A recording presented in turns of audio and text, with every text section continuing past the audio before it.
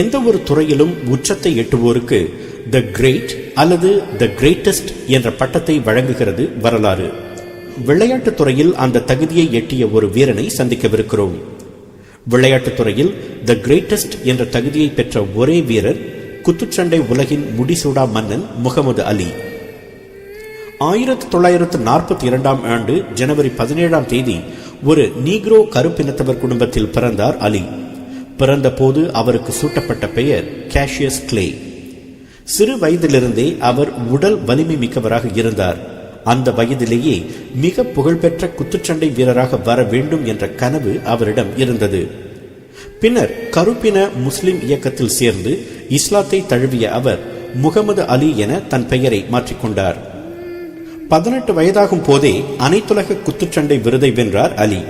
1960 ஆண்டு ரோமில் நடைபெற்ற ஒலிம்பிக் போட்டிகளில் அவருக்கு தங்கப்பதக்கம் கிடைத்தது. அப்போது கூட விளையாட்டு உலகம் அவரை சரியாக அடையாளம் கண்டு கொள்ளவில்லை. சரியாக 40 ஆண்டுகளுக்கு முன் இன்றைய தினம்தான், அதாவது 1965 ஆண்டு பிப்ரவரி 25 தான் முகமது அலி என்ற புலி வீறு கொண்டெழுந்து குத்துச்சண்டை உலகில் ஒரு புதிய சகாப்தத்தை தொடங்கியது.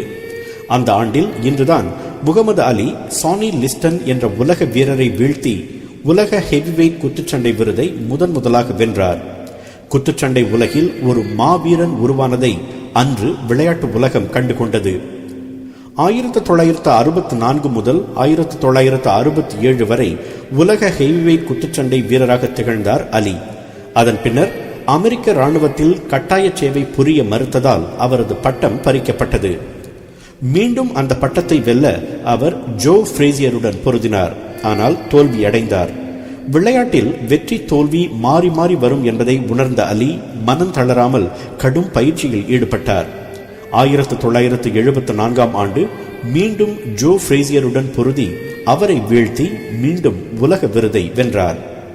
பிறகு லியான் ஸ்பிங்ஸிடம் தோல்வியை தழுவிய முகமது அலி 1978 அதே ஸ்பிங்ஸை வீழ்த்தி உலக விருதை 3வது முறையாக மீண்டும் கைப்பற்றினார்.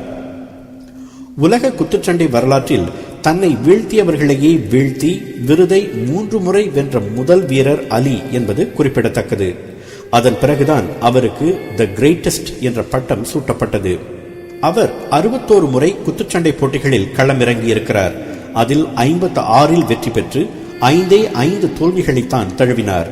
37 முறை நாக் அவுட் முறையில் வென்றார் என்பது குறிப்பிடத்தக்கது. 4வது முறையாக அந்த விருதை வெல்லும் முயற்சியில் லேரி ஹோம்ஸிடம் தோற்றார் முகமது அலி. அந்த தோல்விக்கு வயதும் ஒரு காரணம். ஆனால் ஏற்கனவே அவருக்கு கிடைத்திருந்த பெயரும் புகழும் இந்த தோல்வியால் மாறவில்லை. உலகம் முழுவதும் குத்துச்சண்டையை பிரபலப்படுத்தியதில் முகமது அலிக்கு பெரும் பங்கு உண்டு.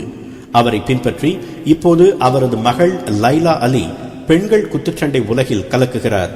முகமது அலியை மையமாக வைத்து தி கிரேட்டஸ்ட் என்ற திரைப்படமும் வெளியானது. தமது பலத்தால் பலரை வீழ்த்திய முகமது அலியை பார்க்கின்சன்ஸ் நோய் வீழ்த்தி இருப்பது உண்மைதான். குத்துச்சண்டைகளின் போது அவருக்கு தலையில் விழுந்த குத்துக்களால் தான் அவருக்கு அந்த நோய் ஏற்பட்டது என்று மருத்துவர்கள் கூறுகின்றனர்.